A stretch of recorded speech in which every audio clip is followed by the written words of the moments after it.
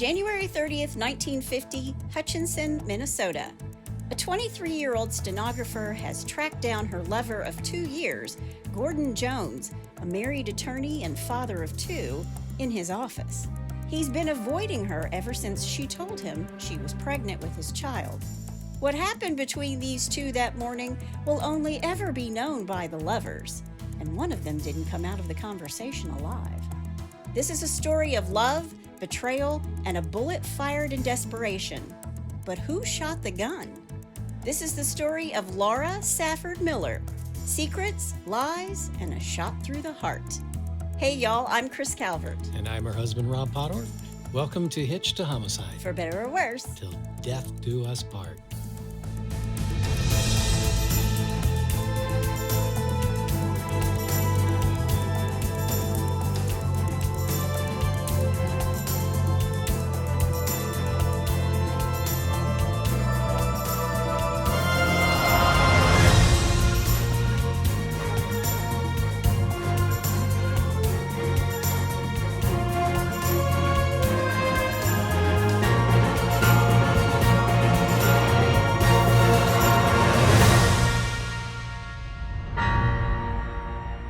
Welcome back, everybody. Yes, welcome. And for our friends in Kenya.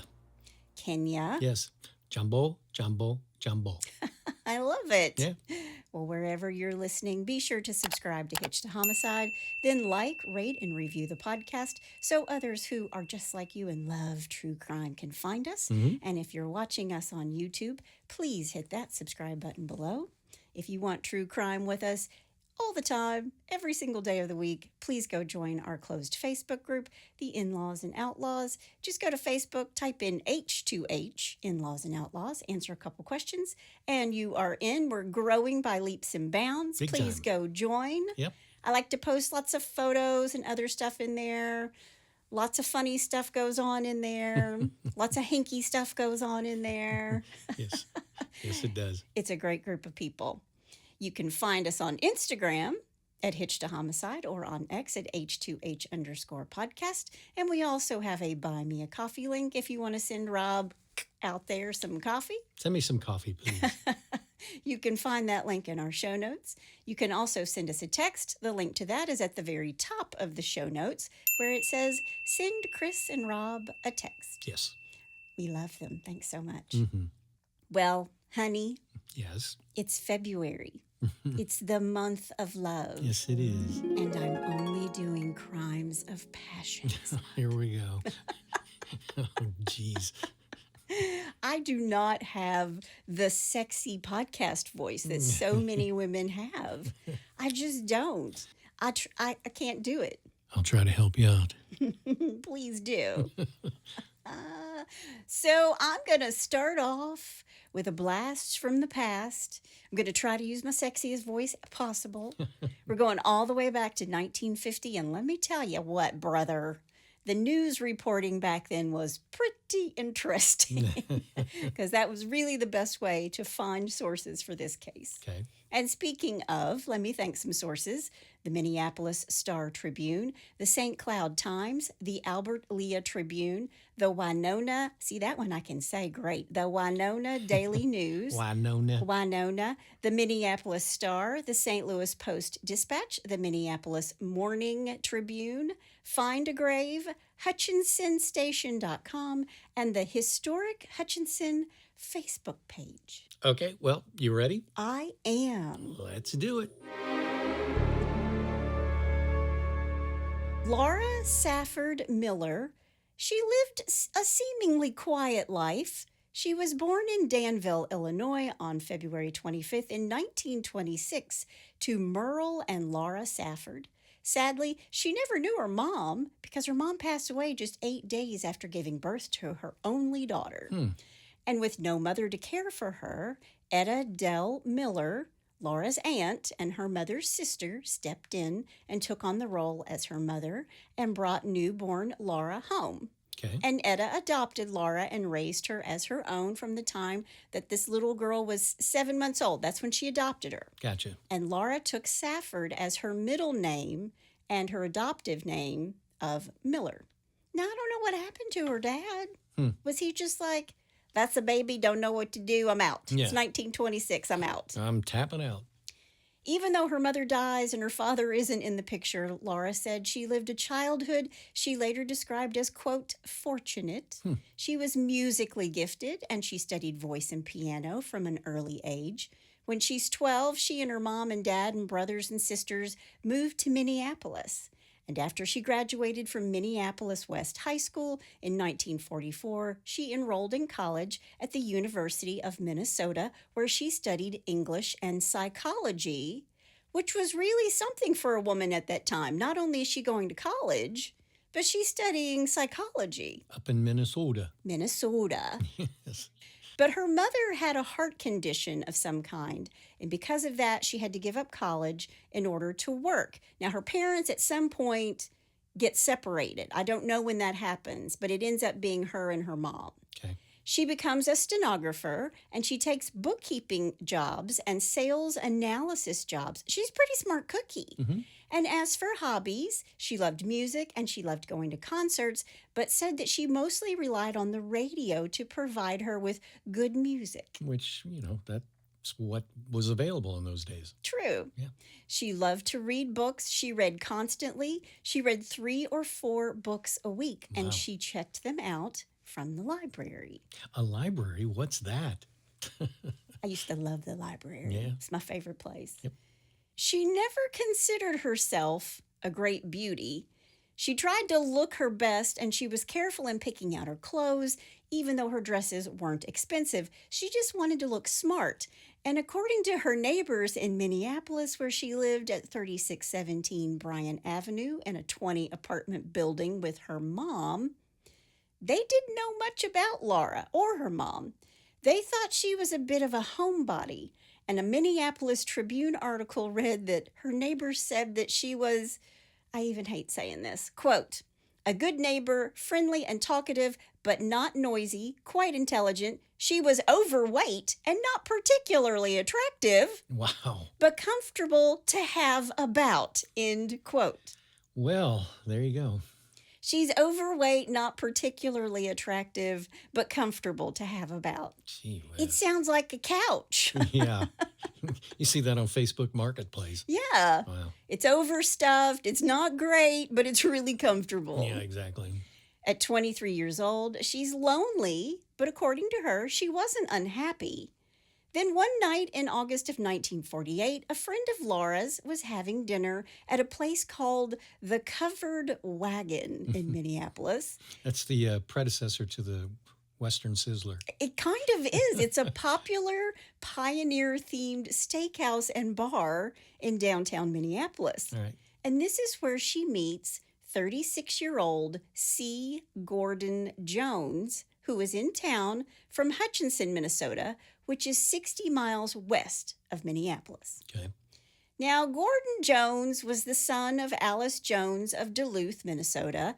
He attended Duluth Junior College and graduated from law school at the University of Minnesota after serving as a sergeant in the Army's intelligence service during World War II. Oh.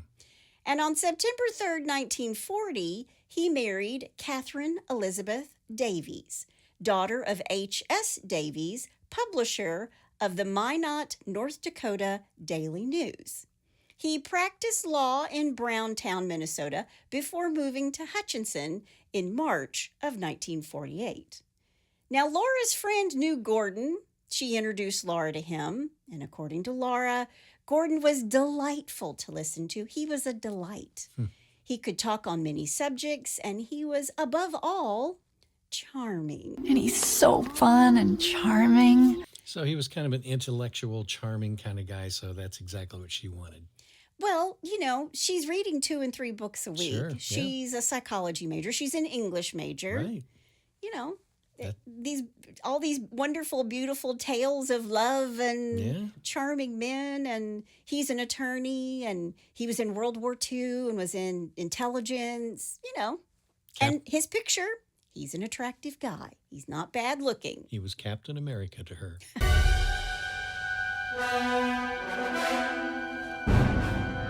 He was. These two danced a few times, and when the night was over, Gordon asked if he could take Laura home to the apartment where she lived with her mother, and she says yes. She said goodnight to him and thought he was nice, but I'll probably never see him again. That's not the truth. I wonder why she thought that. I think just because, he wasn't from Minneapolis. He lived in Hutchinson. Right. And, he was just in for the day, and he was a good-looking guy, and she doesn't think of herself as particularly beautiful. Okay. So she's like, he's nice. I'm never going to see him again. Right. But about a week later, Laura gets a telephone call, and it was Gordon, and he asked her if she remembered him. And she said, of course she did, quote, as if I would forget, end quote.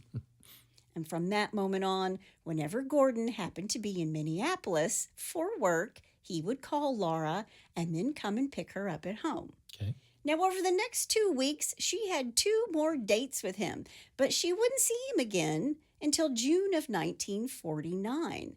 Gordon called Laura from Shakopee and said that he was coming to Minneapolis for 3 days, and he wanted her to plan on being with him as much as possible. So he's basically saying, I'm coming in town, make room for me, right? Yep, we're going to hang.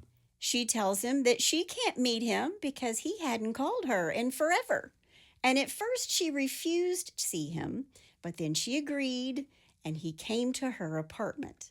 And from that point on, their dates were more and more frequent, and she's seeing him whenever he's asking to see her. And by July of 1949, what do you think's happening? They're exclusive? No. No? He's married. Oh, whoops. Yeah. Forgot that little detail. Yeah, he's married. Whoa. Yeah. Jeez. She's sleeping with him. Holy cow. They're having a torrid love affair. Does she know that he's married? Not yet. Okay, here we go. And the plot thickens. Here we go. But as she's out one night with Gordon and some of his friends, she's dancing with one of his buddies who tells her, hey, Gordon's married. He's married. So were we once. And he has 2 children. Oh, my goodness. 2 little children. Wow. So Laura doesn't see him for a while, and when he calls and wants to get together, she says no.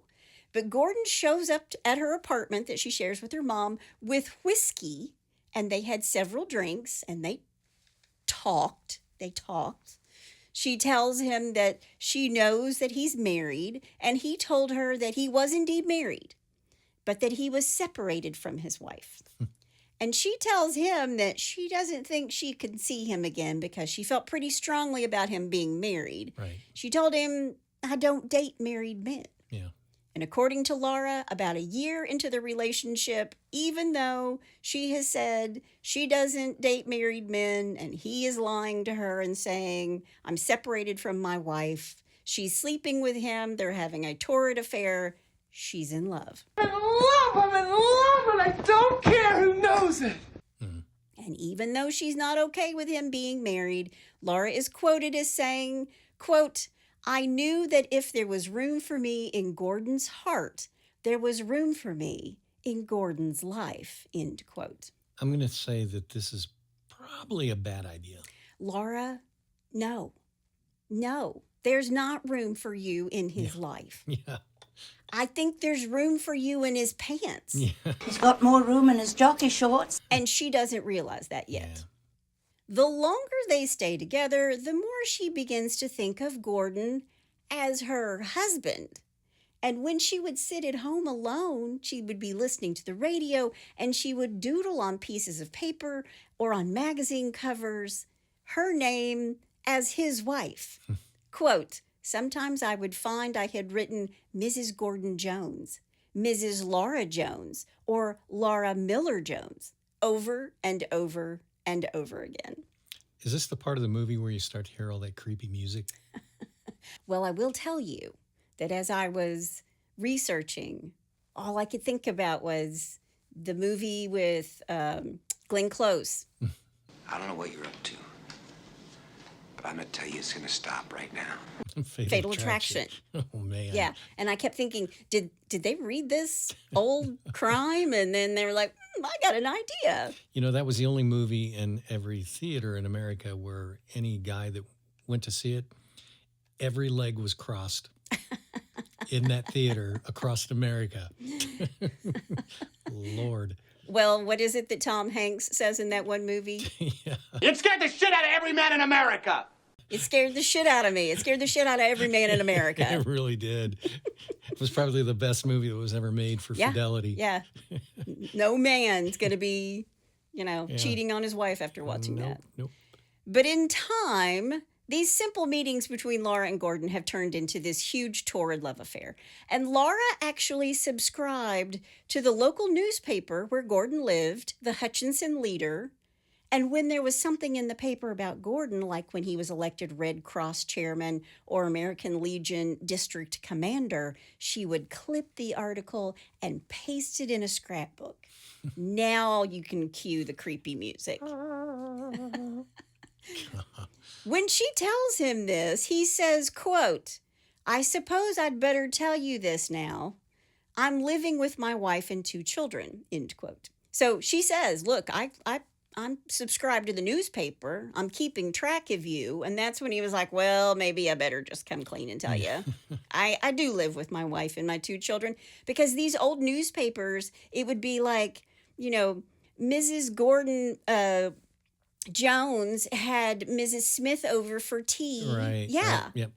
When her uncle came to visit from Duluth or wherever, St. Louis, all those little papers always had like the little social section. Well, my grandmother, my grandma Pottorff, she used to write those kind of social things for the local paper where she lived up north in Ohio. Yeah, exactly. She was a journalist. Yeah, so yes, and so she's saying to him, "I'm following you in the newspaper," and he's like, "Well, then maybe I better just tell you the truth."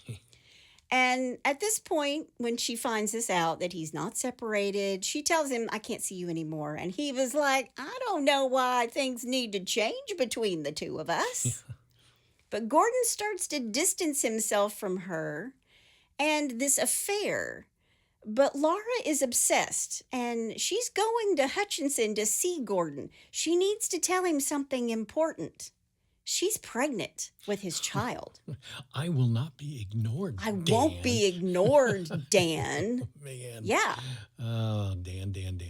When she gets to Hutchinson, she registers at the hotel, and then she hires a taxi cab driver, Lee Cooper, to take her down the street where Gordon lived. Again, fatal attraction, right? Man.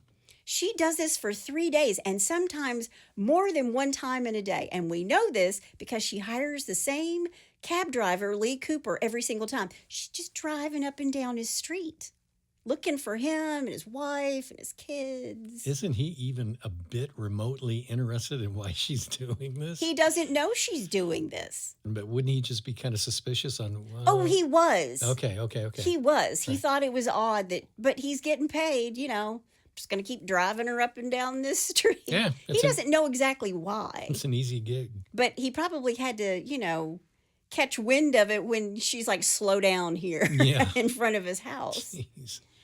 But after the first of the year in January of 1950, she writes Gordon a letter telling him that she wanted to see him because he's avoiding her. And he called her on January 6th, and she told him to come and see her, but he said he couldn't. And he said, "I'll meet you later." And shortly after 9 p.m. that night, Gordon finally meets up with Lauren at the Covered Wagon. And it's not just the 2 of them, safety in numbers, right? He brings a whole crew of people with him, like a whole group of people. Right. And then they went back to the Andrews Hotel and talked for a while. So remember, he's coming from Hutchinson into Minneapolis. Okay. So 2 different towns. Right. So they're back at this Andrews Hotel. They're talking a little bit. And Lauren and Gordon went to get something to eat. And it's then that she tells Gordon, I'm pregnant. "I'm going to have a baby. And it's yours." To which he replied, "Why didn't you tell me this earlier?" Mm-hmm. And she says, "Because I knew you were living with your wife and you weren't separated." And she had kind of decided and told him that she could, quote, "take care of it herself," end quote. Well, she can't. And she's not gonna. Okay. And that's sort of a false statement that she makes to him. And this is where it gets weird. This is where it gets weird. Like it's not already weird? I know. Jeez. People in In-Laws and Outlaws are like, and then Chris said, this is where it gets weird. It wasn't weird enough that she's driving up and down his street. That's not foreshadowing enough, and she didn't even say it. Yeah, weird was about, I don't know, 5-10 minutes ago. But Gordon tells Laura that he would marry her. He says, I'll marry you, but it's going to take some time because I need to get a divorce. And then Gordon and another attorney, John Sterner, start talking about setting up a practice in another town away from Hutchinson and Minneapolis where he can start fresh. And he's having this conversation in front of Laura, okay? And Laura says to him, that's all fine and dandy, great. You want to marry me later, but I need to do something now. Right? All of that's way in the future. Right. And she tells Gordon that she can't allow her sick mother to discover that she's pregnant and not married. Right. So Gordon tells Laura, I'll make arrangements. Call me next weekend and we'll go from there. Now, arrangements, I have no idea what that means. We'll talk a little bit about that as we go along. All right. She calls him on the following Friday because he said he would be at the Andrews Hotel. But when she calls the hotel 3 times to his room, a woman answers the phone and she hangs up. So he's saying, I'm going to be at the Andrews Hotel. She calls there, and every single time she calls his room at the Andrews, some woman is answering the phone. She thinks it's his wife, right? Right. So she calls on Saturday, and he answered, and she tells him, I've been trying to get in touch with you, and I called, but a woman answered the phone. And here's what's about to happen. Gordon is avoiding Laura like the plague now that he knows she's pregnant. Right. He wanted her as his plaything, but when she got pregnant and there were suddenly strings attached, he wasn't so interested in her after all. Sure. Now, there was an open house in Hutchinson where Gordon lived with his family for a man named Cedric Adams.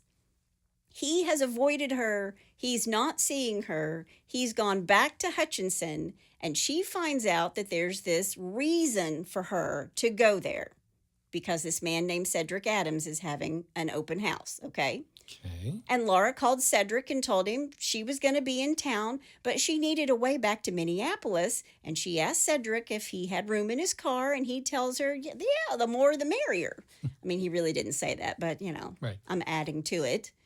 Laura made it to Gordon's little town of Hutchinson around 2:30 on a bus and called Gordon's house, but there was no answer. She stays the weekend in Hutchinson. The whole weekend. Okay.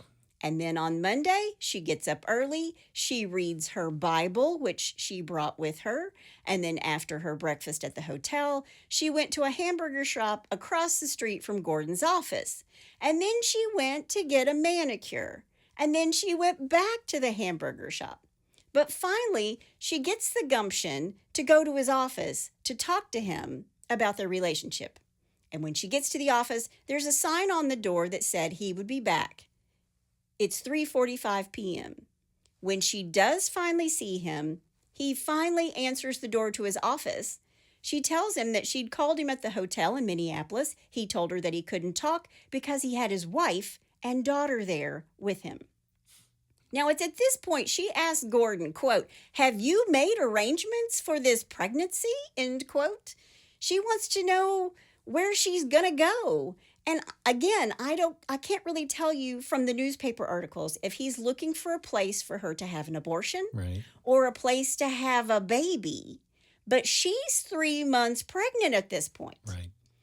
He might be finding her a place like for unwed mothers to go, Yeah. where she can go away for a while and have the baby and then come back. But he tells her that he's, quote, working on it.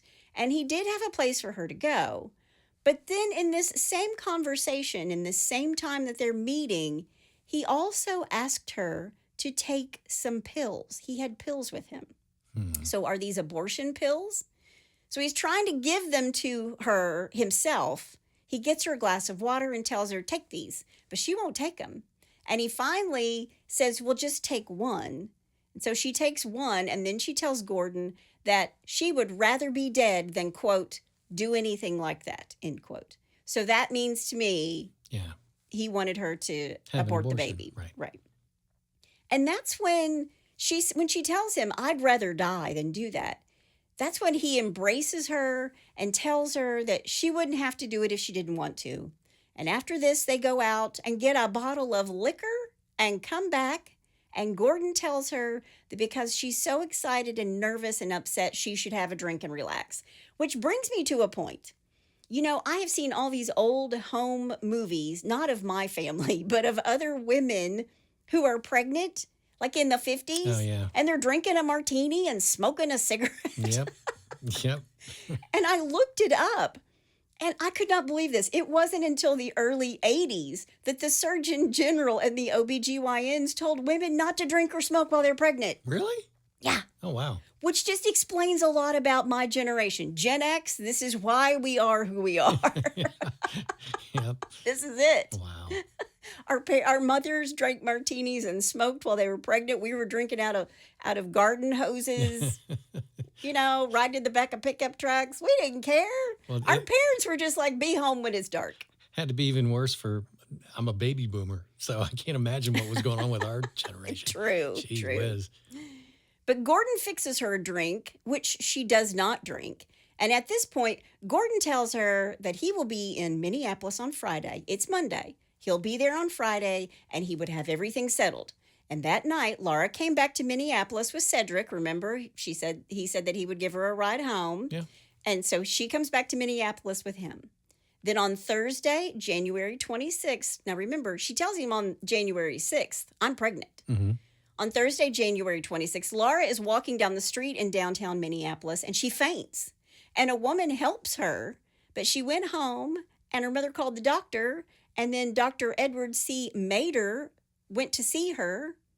She goes into his office eventually, and he runs some tests and says, hey, you know you're pregnant, right? You're 3 months pregnant. Right. So she calls Gordon and Hutchinson and is like, look, the cat's out of the bag. But she gets the operator who tells her that he's in Glencoe at Frank O'Malley's law office. So he's told her, I'm going to be in Minneapolis. She's had this episode, and she's calling him like, we need to get this taken care of. And he's told her where he's going to be, but he's not even there. Wow. So Laura went home and cried. She's desperate. She goes to her cedar chest and gets out a gun that had been in her family for years. It was wrapped in an old sugar sack, and there were 2 shells with it. So like a Barney Fife? It's an old 38. Yeah. Yeah. Wow. And she tries to put the shells in, but she can't make it work. And her plan is just to shoot herself. But she can't get the bullets in the gun. And the next day, Friday, January 27th, she went downtown and kept calling Gordon's office, but there was no answer. And she called the Andrews Hotel. And when she doesn't reach him, she just keeps calling and calling. Which is back to... You won't answer my calls, you change your number. I mean, I'm not going to be ignored, Dan. I'm not going to be ignored, Dan. Listen, every bit of the story, I just keep hearing that same phrase over and over and over in my head. It's true. So she goes to the covered wagon thinking maybe he's going to be there, but he's not there. She even went to the American Legion office in Minneapolis to see if he was there for a liaison committee meeting, which is the same thing with Alex showing up at all the different places where Dan worked and stuff. Wow. Finally, Laura leaves word for him at the Andrews Hotel to meet her at Harry's Cafe at 7:30. And she goes there to the cafe, and what do you think happens? I can't even guess at this point. Gordon never shows. Oh. She goes back to the hotel where, lo and behold, the elevator doors open, and who's standing inside? No. Wow. Gordon. Wow. He tells her that he just got her. I just got your message. I just got your message. And why don't you come upstairs? And she tells him that she wanted the arrangements settled that night, to which he tells her, we will go to the covered wagon and eat and talk about this. And she's like, I don't want to eat. I don't want to eat. Yeah. Even if I had to eat, I don't want to eat. Right. And so he's like, well, I'm going to the covered wagon. And she says, fine, I'll wait for you in your hotel room. And with this, she starts to cry. So she takes a hanky out of her purse. And according to Laura, that's when the gun slid out of her purse. And Gordon says to her, quote, don't tell me you're thinking of doing anything foolish, end quote. Wow. Now he hugs her, and this is when Harvey Boldak, a tavern keeper, walks in, and the bellboy is also there, and Gordon fixes a drink for everybody in the room. I guess even the bellboy has a cocktail. But Laura just kept asking Gordon for the key to his room so she could go back there, but he wouldn't give it to her because he said he had some things to discuss with the, quote, men at his table, end quote. So Laura goes back to the hotel. She heads up to the 5th floor of the Andrews with Harvey Boldak, who was a friend of Gordon's. And Gordon had told her to go back to his room and wait. But when she got to the 5th floor, she didn't go with Harvey. She went to the washroom because she'd been crying and she wanted to wash her face. But she knows which room on the 5th floor is Gordon's, and she sees a light underneath the door. And so she knocks on the door, and a woman answered. A woman Gordon has hired to pretend to be his wife. What? In the hopes that it will scare off Laura and she'll just get out of his life. Okay. Her name is Mrs. Marlin Turek. Sorry, the old newspapers don't give women's first names. We're not worthy of them. We just get attached to our husbands' names. Yep. But Laura went into the room and she sat down with this woman and says to her, quote, I don't know who you are. And the woman says, I'm Mrs. Jones. And Laura doesn't know what to say. So she says to her, oh, how many children do you have? And she says, 2, Michael and Judy. Well, Laura knows those are not the names of his children. Michael is correct. Judy is wrong. So she gets really nervous. She's fumbling with her purse again. Her purse falls open. She needs to get a better latch on this purse, by the way. Exactly. And the woman helped her pick up her things. And when she sees the gun, she asks her, what is that? And Laura tells her, it's a revolver. And the pretending woman, who's pretending to be Gordon's wife, tells her to put it away. And she does. But in the commotion of all of this, Laura sees the key to what is Gordon's room, where she is, and she takes it from the dresser. Okay. Now, these 2 women sit in this hotel room and chit-chat, according to Laura, about hairstyles.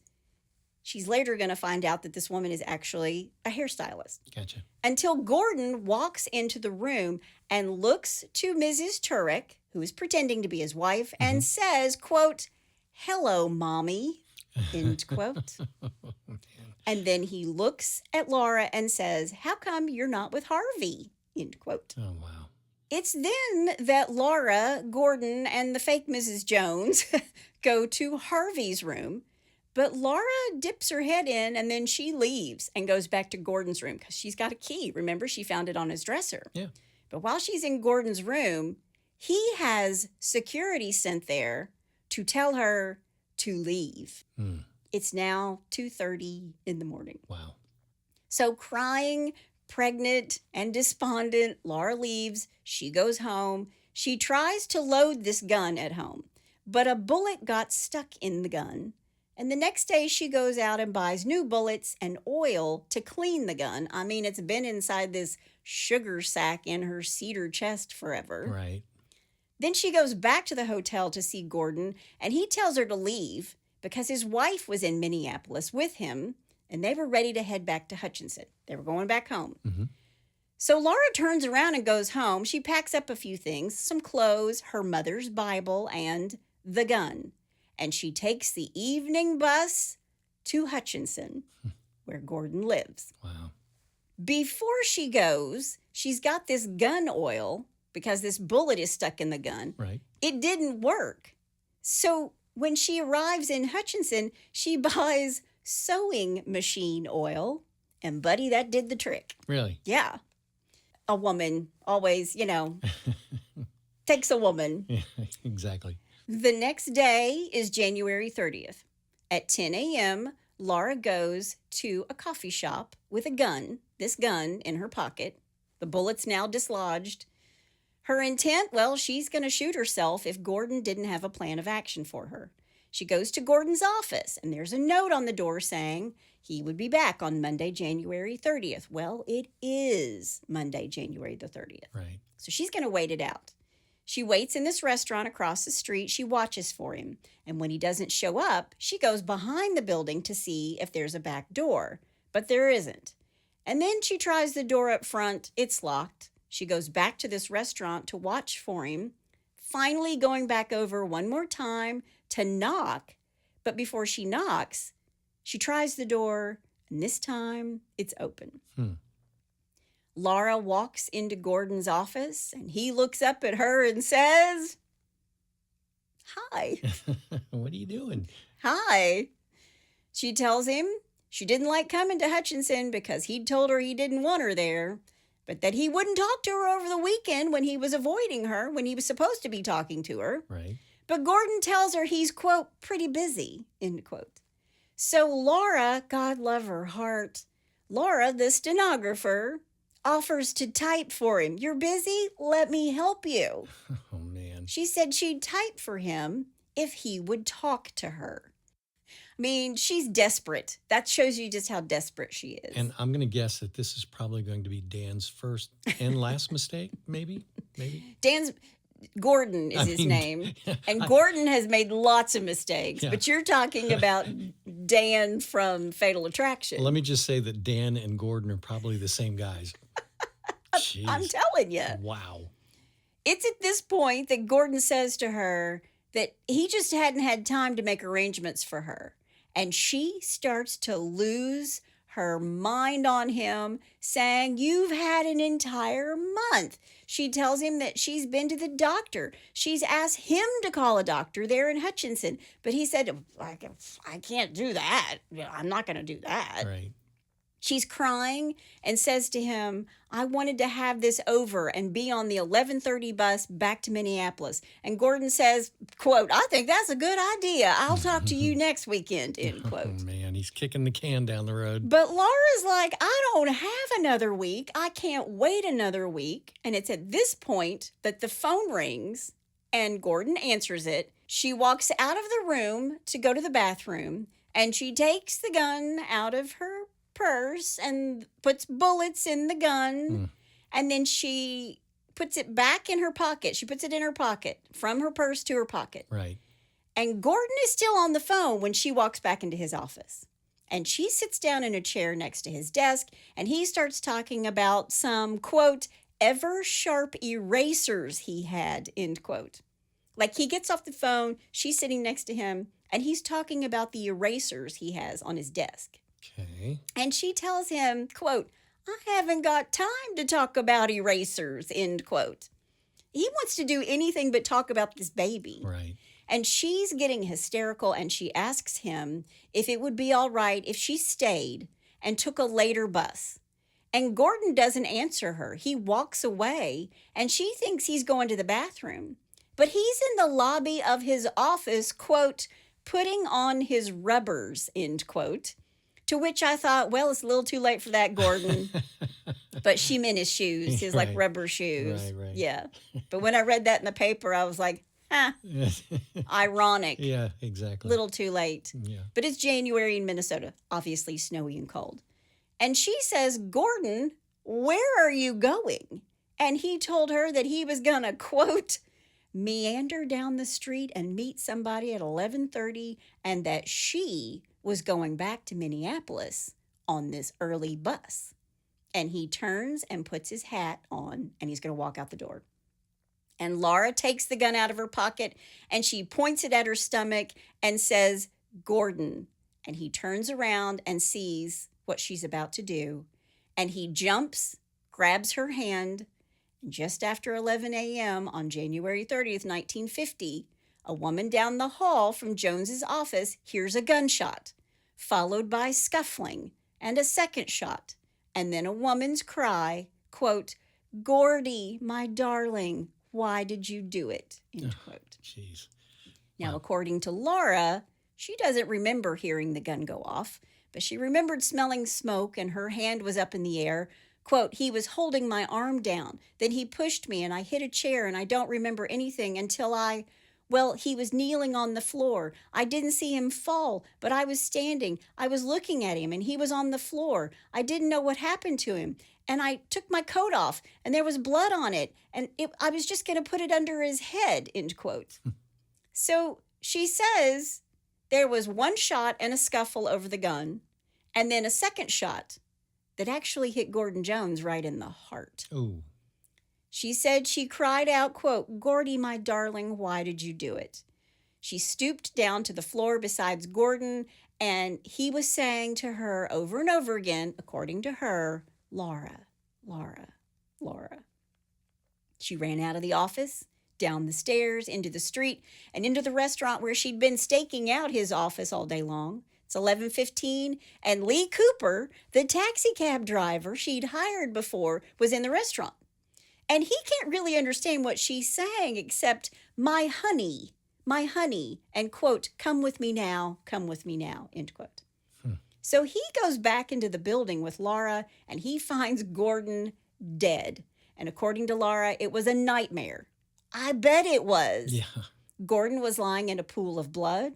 Lee Cooper said Gordon was, quote, sprawled on the floor of the reception room, end quote. There was blood on Gordon's shirt, front, and a revolver was 6 inches from his right arm. And Lee Cooper, the cab driver, is the one who telephoned for the police. Okay. Dr. H.C. Goss, the McLeod County coroner, and the police chief, Frank Broderis, said 2 shots were fired, one into Gordon's heart. The other passed through a wall and lodged in a law book. And the gun had 2 empty cartridges and 3 bullets were found in Laura's purse. Now, according to Laura, all she remembers was that there were police and a doctor and photographers and questions, and they asked if she wanted a lawyer, and she told them to call Frank J. Werner of Minneapolis. Now, does that sound like somebody? Yeah. Do you want an attorney? Yes. Call Frank J. Werner of Minneapolis. You know what always cracks me up about the people that, do things like this? They always seem to black out. Yeah, I can't remember a thing. I don't remember anything that happened. We both reached for the gun. It's Chicago. We both reached for the gun. Everyone has the same story. They put Laura in handcuffs, and they took her to the jail at Glencoe. They hold her on an open charge while they figure out what the heck is happening. Yeah. And the McLeod County prosecutor, Herbert Smith, starts putting together the evidence in the case, and a grand jury was formed that would meet on Valentine's Day, February 14th, 1950, to consider the evidence in the case. How appropriate. I know. Jeez. I'm wearing hearts today. Wow. Laura would remain in jail until that day. She'd been hysterical most of the time she was in jail. Her mom did come and visit her, and she cried and told her mom, quote, I would never kill Gordon. I loved him. I love him still, end quote. And when Laura's mom left the jail, she told the press, quote, I know at the bottom of my heart that my daughter is innocent. She never did anything wrong in her life, end quote. I'm telling you, it's like Chicago. It really is. Yep. The police go to the apartment that she shares with her mom, and they find all these letters. The letters were in a, quote, man's handwriting, end quote. I don't know how they knew that. But they were signed only Sweetie or Lovey. I mean, Gordon's no dummy. Yeah. He's an attorney. He was in intelligence. He's not going to sign his name. Right, exactly. They go to the hotel where Laura was staying in Hutchinson, and they find her bag with clothes, the gun oil, and one source said that her Bible was there, which was open to a chapter and verse that proved she wasn't a killer. Don't know about what that might have been. Okay. The other source said she had the Bible with her when she went to Gordon's office that morning. I think that would be kind of hard to manage. Yeah. But she does have this floppy purse that keeps opening up, so maybe she was carrying the word of the Lord with her. Don't know. Yeah. The grand jury charges her with first-degree murder after the prosecution painted her as a woman scorned because Gordon wasn't just cheating on his wife with Laura, he was also cheating on his wife with other women, too. 3 weeks later, when the trial begins and a man named Frank Warner is Laura's attorney, this time Laura she's a local celebrity all of a sudden. And this media circus is surrounding this case. It's huge. I'm sure, yeah.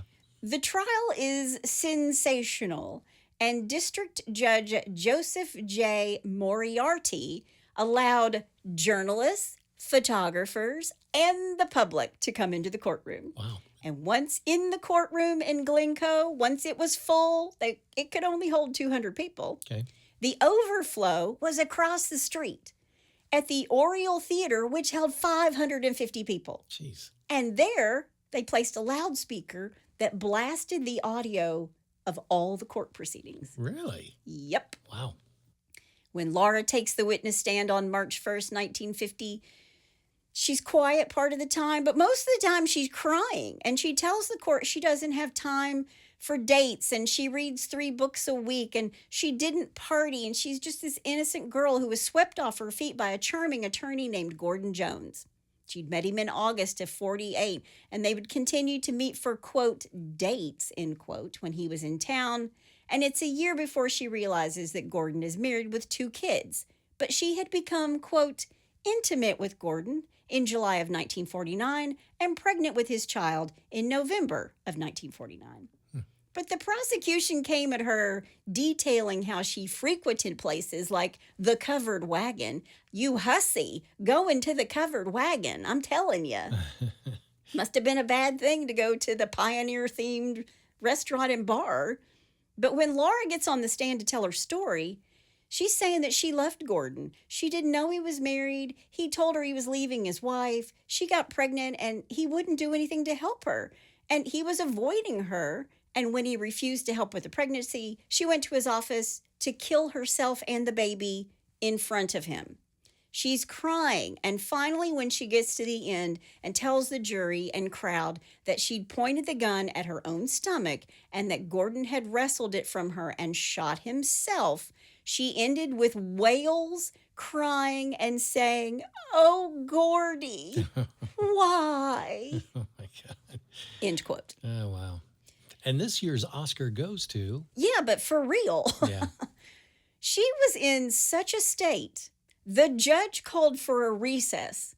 And I read in the paper it took like 5 people and 10 minutes to get Laura off the witness stand because she was just a puddle. She couldn't stand. She couldn't think. She couldn't do anything. Did you think this was all real or fake? You know, well, that's the question. That's today's question in the podcast. All right.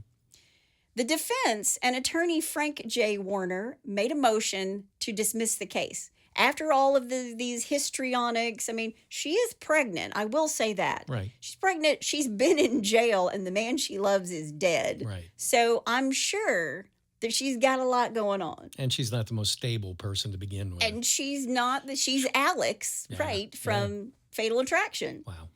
So after this tearful testimony, District Judge Joseph J. Moriarty granted the motion of the defense to dismiss this case shortly after the trial resumed at 1:30 p.m. that day. So she cries, they take a recess, they come back at 1:30. Well, the defense moves for the whole trial to just be dismissed. Right. They come back at 1:30, and the judge said to the prosecution had failed to prove beyond a reasonable doubt that Laura had murdered Gordon. What? And he made a point of the fact that her expression after the shooting had been, "Gordy, why did you do it?" which was a quote. And it's the same thing. She said that's what she said. It's the same thing that the woman down the hall who heard the shots said she heard. "Gordy, why did you do it?" Okay. And the judge said, quote, "The evidence in this case conclusively proves that the death of Gordon Jones was not affected by any premeditated design of this defendant, Laura Miller. Neither was it suicide, but it was caused in an accidental manner during a scuffle between Gordon Jones and this defendant while this defendant was attempting to commit suicide. And Gordon Jones was trying to restrain her. And this theory is the case. It has not been executed by the state by proof beyond a reasonable doubt." End quote. All right. So he's just saying, you can't prove it. the best evidence we have is that she said, "Oh, Gordy, why?" And the other woman heard, "Why Right. did you do it, Gordy?" Right. The jury was discharged, and Laura's brother Jack hugged her. He was there in the courtroom, and the spectators in the courtroom. What do you think they did? They probably lost their mind. They erupted in applause. Oh, really? Yes. Well, she put on quite the performance that morning. Remember? Wow. So it erupted in applause, and she walked out a free woman with, quote, "a fistful of money," end quote, that the courtroom spectators had given to her. Jeez. Yeah. Wow. She tells the press her plan is to go to Omaha to have her baby. That's where her brother lives. Okay. Now, over the years, this story's been told a lot. The obsessed woman who fell madly in love with this Hutchinson lawyer named Gordon Jones. And Jones is a family man with this law practice who made these frequent business trips to Minneapolis. And that's where he meets Laura. And after he gets her pregnant, he avoids being around her. And Laura is after him over and over and over again. And a desperate Laura in 1950 traveled to Hutchinson to confront him and plead for help with the baby. She checks into this hotel. She wants to talk to him. She's doing all of these things. She's stalking him. And then when she gets to his office, she shot him in the chest and killed him. Mm-hmm. After being apprehended, she claimed she didn't know what happened and that she blacked out. So you either believe she was going to kill herself, and he took the gun away from her, and he accidentally shot himself. Remember, he's a sergeant in the Army. Yeah. Or she said, "Hey, Gordon," and he turned around, and she fired one shot and missed him and hit the book, Mm-hmm. and fired the second shot right into his heart. Right. Yeah. Yeah. Wow. Now, in this area of Minnesota, it's still thought that this was kind of the trial of the century, right? Right. Yeah. And that Laura Miller's defense was that she was hornswoggled into falling in love with the charismatic Gordon Jones, and she just played the part of the young, innocent, and naive woman who fell for the wrong man. But in the end, the strategy worked, because she went to Omaha to live with her adopted brother, Jack, and then she moved to Illinois, where she worked for the Red Cross. But then she legally changed her last name from Miller to Jones. Oh, geez. Yeah. Wow. So is that like her weird way of living out her fantasy with Gordon? I'm going to say yes. Yeah. Wow. But to the town of Minneapolis and Hutchinson, she kind of became a ghost. She left no forwarding address, no mention of future plans, no mention of a child being born. All that was left behind was this notepad and her name, Laura Jones, Mrs. Gordon Jones. Yeah, Laura Miller Jones, scribbled over and over again. Jeez. She was, in fact, a spinster to her death. Laura would never marry or raise a family of her own. She passed away quietly on October 1st, 1989, in her Chicago home. Her obituary was short, stating only who Laura Jones was and what family she left behind. There was no mention of any children being born. And to this day, it remains a mystery whether or not she had Gordon's baby. Really? Yeah. Wow. As for Gordon, he left behind his wife, Catherine, a daughter, Kathleen, aged 5, and a son named Michael, aged 2. Now, one of the articles I read said that the .38 revolver, Exhibit Q, in the trial, is in the possession of Frank Warner, his grandson. Frank Warner was the attorney for Laura. It's in the possession of his grandson. He has it. And there's a picture of it. Man. I have also read that Laura haunts the building where she was held Really? while she was awaiting trial. Wow. Yeah. That they think that she turns on lights, she turns on the copy machine. They all think it's Laura. Wow. But that is the story of Laura Miller and Gordon Jones. Did she do it or didn't she? And that's all I have to say about that.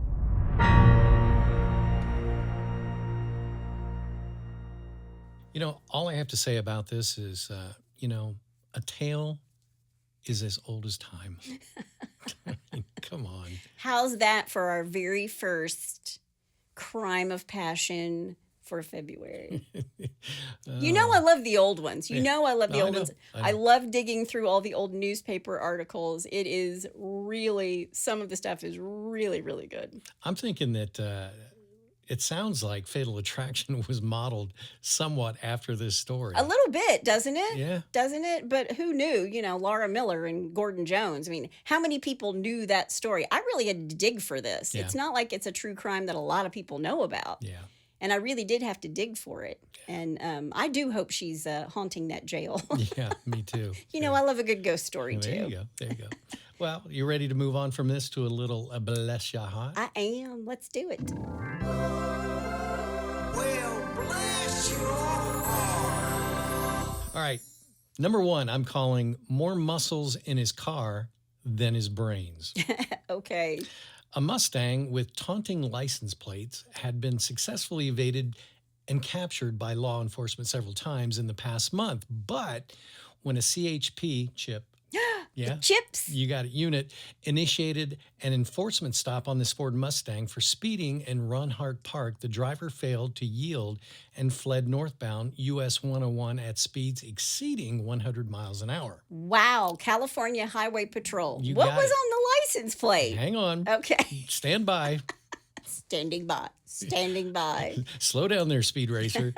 Sonoma Sheriff Helicopter Henry 1, I guess that's what they called it, Henry won. yeah, went overhead and pursuing ground units backed off. Okay. A crash occurred on US 101 at the Mendocino Avenue as the driver of the Mustang attempted to pass an SUV using the center median. Oh, wow. Yeah, Okay. yeah. Okay. Major damage was sustained to both vehicles. An 18-year-old male driver of the Mustang was placed under arrest. 2 adults and 1 child in the SUV were transported to the hospital with suspected minor to moderate injuries or injuries. Okay. Okay. The Mustang driver was booked in the Sonoma County Jail on multiple felony charges. But here's the stupid punchline to it all. I've been waiting. What did his license plate say? Yeah. Will run.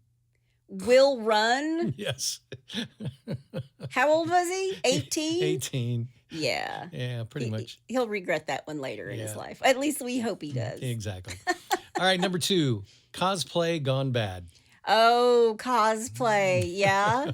A North Carolina woman was sentenced to 3 years in prison for impersonating an FBI agent on an online dating site and on a date. Oh, I'd love to be an FBI agent. I know. I'd cosplay as an FBI agent, Agent Chris Calvert. Yep. Rianne Brownlee, who identified herself as Agent Alexandria Mancini. Oh, that's a good name. Yeah, Yeah. yeah. She's writing fiction. Yep, a little cosplay there. Posed in a dating profile with a fake FBI badge and a stolen gun. Wait, you What? can't do that. No, you can't do that. That's what, the U.S. Attorney's Office for Northwestern District of North Carolina said Thursday in a news release. That was a bad decision. Brownlee had prior convictions on various charges, including identity theft. Of course she did. Well, she's making, of course she did. That tracks. Yep. Yeah, that's on brand for her. Yeah. Keep going. The day she got arrested in February of 2019, she told a date she was working as an undercover agent in a drug case without the awareness of law enforcement. Oh, okay. Yeah, they don't know anything about this. Yeah. Okay. I'm flying solo on this one. Yeah. Her record paints a picture of a person who will not be stopped from stealing people's identity and using falsehoods to get what she wants, said Assistant U.S. Attorney Stephen Kaufman. Oh, wow. Yep. Okay. Yep. And just to top it all off, authorities said Brownlee, 39, was also driving a stolen car when she got arrested. Of course she was. She was undercover. Yeah, I guess, go big or go home, I guess, right? She flashed a badge. I'm taking this car. I'm commandeering this car. Exactly. This is official FBI business. Oh, man. Okay, number 3, Anna, finally. Finally. This is definitely foolproof. Oh, which means it never is. Pompano Beach, Florida. I love Florida. Yeah, authorities in Florida say a 36-year-old man stole a BMW after trying to buy it with his food stamp debit card and other credit cards. I don't think it works there. According to the Martin County Sheriff Office, Nicholas Jackson was denied by managers at an auto dealership when he tried to purchase the $60,000 BMW. Oh. Yeah. Authorities say the next night he returned to the business, stealing the car and keys to 60 other vehicles. But for Jackson's, things would take an awkward turn. Deputies say he didn't have the money to fill the tank in the BMW, so the car ran out of gas and was tracked back to the dealership. Jackson was arrested and charged with grand theft auto. He is in the Martin County Jail on a $20,000 bond, waiting a trial. Don't steal a car that doesn't have gas. Oh, my God. And the moral of the story is... Yeah, don't try to buy a car with bad credit cards. You know, that was a really good story the guys were telling in the back room. What did he want to buy it with? Well, you know, when you go in to buy a car and then they always, put out the deal and then you counter with them. They say, let me go talk to my manager. Yeah. That's what was going on in the back room. They're like, guys, you can't believe this. You can't make this up. God love him. Yeah. God love his heart. Bless his heart. Bless his heart.